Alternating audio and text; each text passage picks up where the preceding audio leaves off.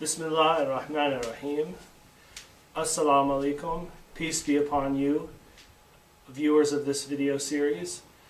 The video series is going to be about migration with an introduction to Islam geared towards non-Muslims. Why I decided to make this video series is because today the world is suffering.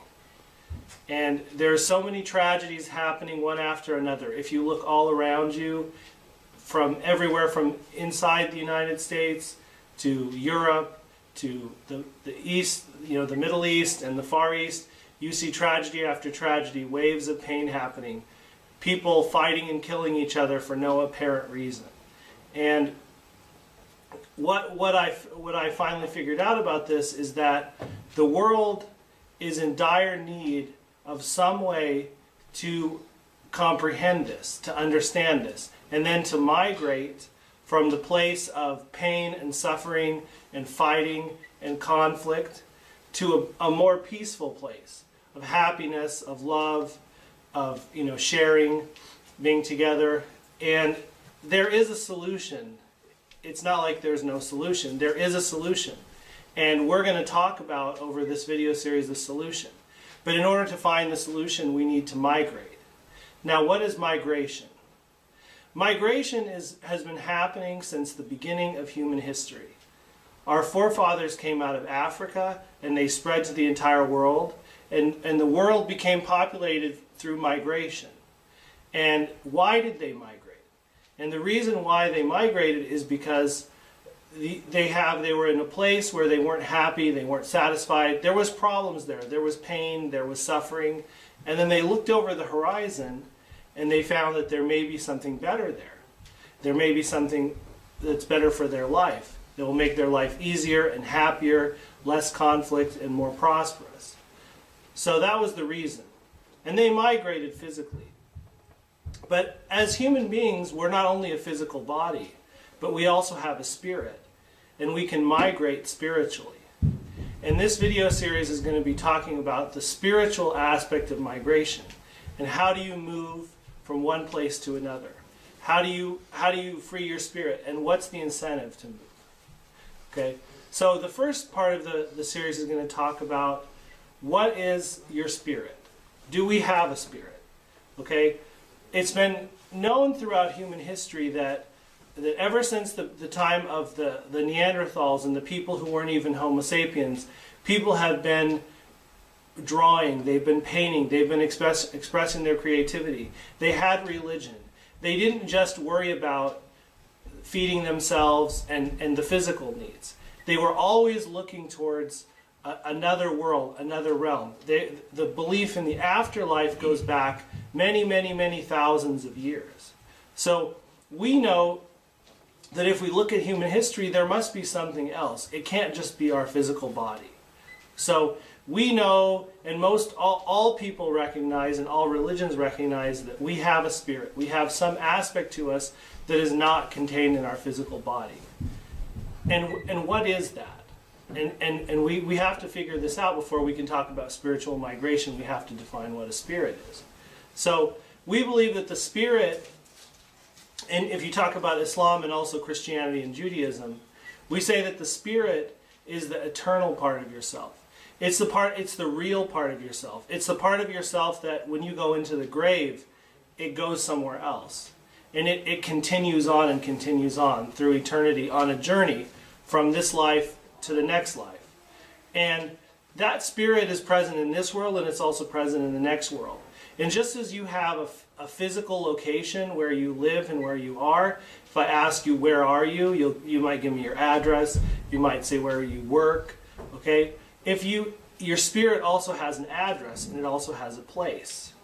And we know that it's either a good place, a nice place, a beautiful neighborhood with trees and flowers, or it's a horrible place full of pain and suffering. And so we know that your spirit has a place.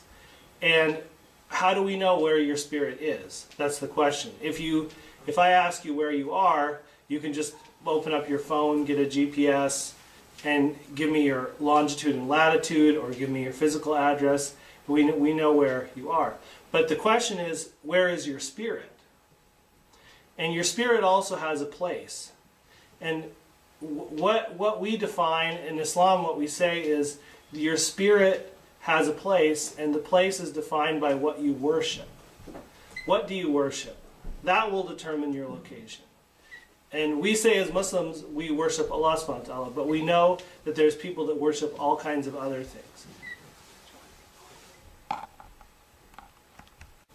So where your spirit is determined by what you worship.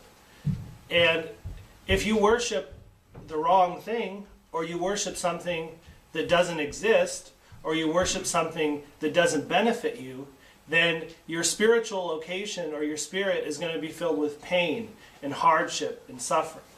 But if you worship something that is real, that exists, that can help you, then your spirit, you'll be in a happy place. Just like if you live in a place, you live in a neighborhood, and the neighborhood has nice neighbors, it has beautiful weather, it has nice trees, nice flowers, it's safe, you'll love that neighborhood and you'll benefit from that neighborhood.